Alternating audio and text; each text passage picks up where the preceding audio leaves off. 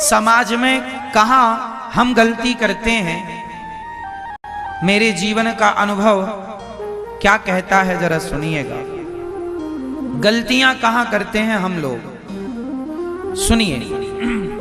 एक दोस्त, एक आदमी है जिसके 4-6 दोस्त हैं। 4-6 दोस्त साथ में बैठ के चाय पीते हैं, साथ में ही खाते पीते हैं और साथ में अधिक समय गुजारते हैं। तभी क्या हुआ, उन 4 दोस्तों में जो एक दोस्त था वो सोचा कि अपने दोस्तों के साथ में व्यर्थ में समय गुजारता हूं, कभी यहां घूम रहा हूं, कभी यहां चाय पी रहा हूं, कभी यहां, तो समय व्यर्थ जा रहा है। तो एक दोस्त ने सोचा क्यों ना मैं अपना खुद का बिजनेस शुरू कर दूं,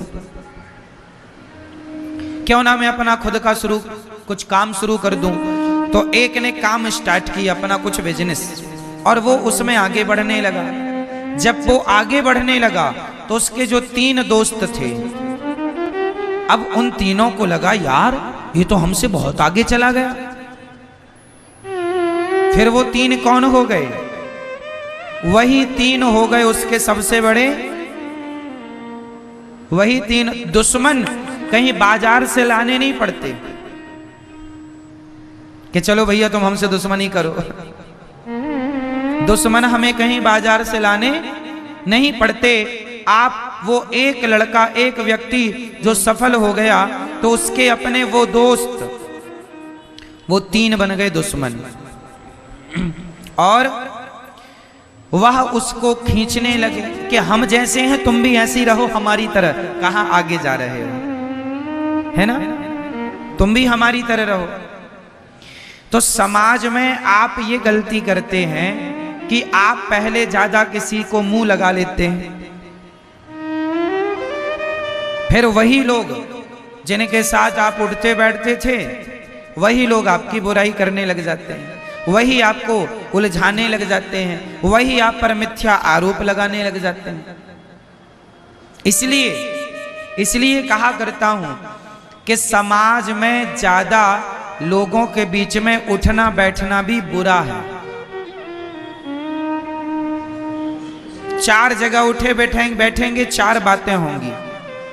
4 बातों में कौन सी बात किसको बुरी लग जाए और कौन सी बात का वो राई का पहाड़ बना दे।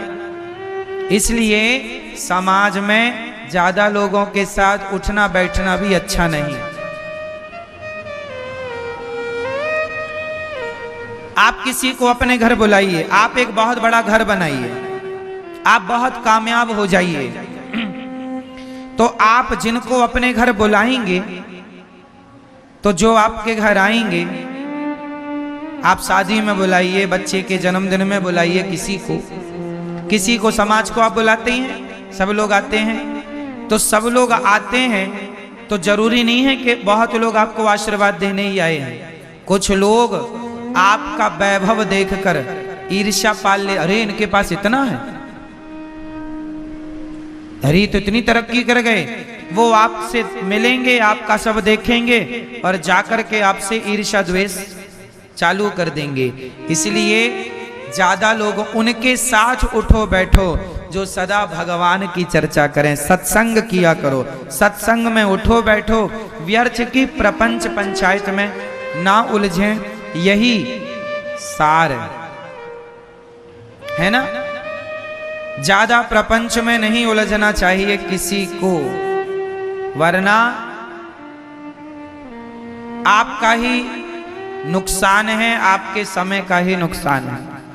एक गांव का एक आदमी शहर चला गया और शहर जाकर उसने पहली बार लालटेन लेकर के आया। क्या लाया, जब लालटेन शुरू चला था तो लालटेन का भी एक क्रेज था। लालटेन जानते हैं आप लोग, लालटेन लेके आया। अब उसने अपने आंगन में लालटेन जलाया और लालटेन ऐसा होता है कि आंगन में हवा चलती रहे तो भी जलता रहे, क्योंकि कांच का सपोर्ट रहता है उससे। क्यों? अब वो लाया, अब सारे गांव के लोग आए, भैया ये क्या चीज ले आए तुम, हमारा दिया तो हवा में बुझ जाता है तुम्हारा बुझ नहीं रहा है। अब सारे गांव वाले देखने आए उसकी लालटेन। अब गांव वालों में काना फूसी चालू हो गई, यार भैया अपन सबके घर में अंधेरा है, इसके घर में उजेला है, क्या करें कि इसके घर में भी अंधेरा हो जाए। क्या करें कि इसके घर में भी अंधेरा हो जाए। तो गांव के सभी लोगों ने, कुछ लोगों ने जो ईर्ष्या वाले थे, उन लोगों ने प्लान बनाया। उन लोगों ने कहा या तो इसका लालटेन हम लोग फोड़ दें, या अच्छा बताइए, एक उपाय हमने बताया, गांव के लोगों ने सोचा, कुछ लोगों ने कि या तो हम इसका लालटेन फोड़ दें तो ये भी हमारी जैसे हो जाएगा फिर से, क्योंकि हमारे घर में अंधकार है, इसके घर में भी अंधकार रहेगा, क्योंकि इसके घर में उजेला है। या तो एक उपाय ये है कि इसका लालटेन फोड़ दिया जाए, या दूसरा उपाय ये है, अब बताओ दूसरा उपाय क्या है, आप लोग बताओ दूसरा उपाय क्या है, बता दो। दूसरा उपाय ये है, या अपन लोग भी शहर चलें और अपन लोग भी एक एक लालटेन लेके आए और अपने घर को भी रोशन कर लें, या तो अपन अपने घर को भी रोशनी से भर लें, या तो इसका भी लालटेन तोड़ डालें। कौन सा उपाय अच्छा है? कि उसका भी घर प्रकाश से भरा रहे और अपना घर भी प्रकाश से भर जाए, रोशनी से भर जाए। इसके लिए क्या करना पड़ेगा? उसकी तरह उसकी टांग पकड़ के खींचने समाधान नहीं है, उसका लालटेन तोड़ देना समाधान नहीं है। आप अपने आप को भी इतना कामयाब बना लो कि आपके घर भी एक लालटेन आए और आपका भी घर प्रकाश से भर जाए।